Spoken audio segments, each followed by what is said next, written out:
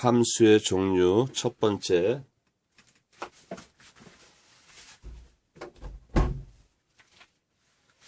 상수에 대해서 설명하도록 하겠습니다. 상수는 영어로 constant입니다.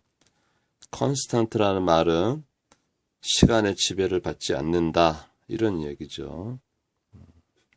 시간의 지배를 받지 않는다.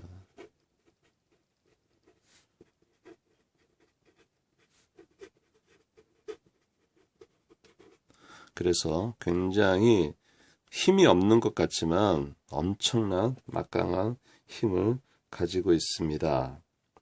예를 들어보도록 하겠습니다. 상수 자체로서의 미분을 한번 보겠습니다. 미분. 예를 들면 y equal fx가 상수, 우리가 c라고 말하죠. 상수이면 dy by dx, 다시 말하면 x에 대해서 상수 그 자체를 미분하면 어떻게 될까요? 0 이렇게 나오죠. 그럼 이거는 수학적인 겁니다. 그런데 공학은 어떻게 돼 있습니까? 공학은 이제 이게 시간의 함수죠. 만일에 이 시간의 함수가 여기 c 상수다. 그러면 이거를 x를 시간에 대해서 미분을 해보겠습니다. dt 시간에 대해서 미분을 하면 역시 수학에서 마찬가지로 제로가 나오겠습니다. 제로. 다음 예를 들어보겠습니다. 그런데 이 상수는 어떤 함수랑 이렇게 붙어 있으면 어떻게 될까요? c 곱하기 fx 혹은 c 곱하기 xt 이렇게 붙어 있으면 어떻게 될까요? 미분을 해보면 d dx c 곱하기 fx 이렇게 나오겠죠. 이때 이 상수는 미분의 지배를 받지 않습니다. 그래서 c가 앞으로 나오고 d dx fx로서만 미분을 지배를 받습니다. 그래서 c 곱하기 f 프라임 x 이렇게 쓸 수 있겠죠.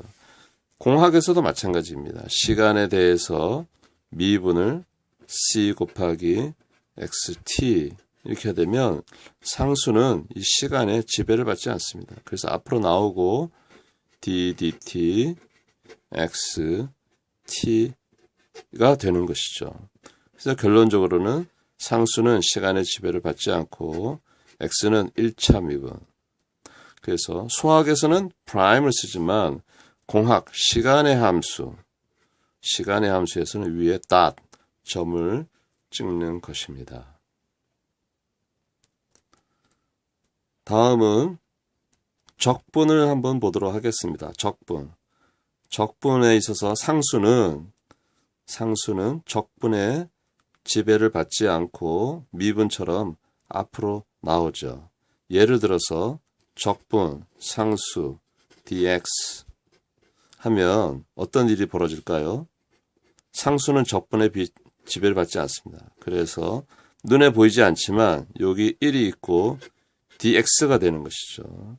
그래서 상수 곱하기 x에 대해서 적분하면 x 이렇게 나옵니다. 역시 시간에 대해서도 마찬가지죠. 상수 곱하기 dt 하게 되면 상수는 이 적분의 지배를 받지 않고 보이지 않는 1이 있고 t가 있습니다. 그래서 상수 곱하기 시간 이렇게 되는 것입니다. 따라서 상수는 시간의 지배를 받진 않지만 상수 자체로 있을 때는 변화율이 없습니다. 항상 일정한 값이기 때문에 변화율이 없습니다. 그리고 미분이나 적분, 그 어떤 변환에 있어서도 지배를 받지 않고 독립적으로 활동한다는 것을 여러분들이 알고 있으면 되겠습니다. 그래서 상수는 변화율 제로이다 라고 알면 되겠습니다.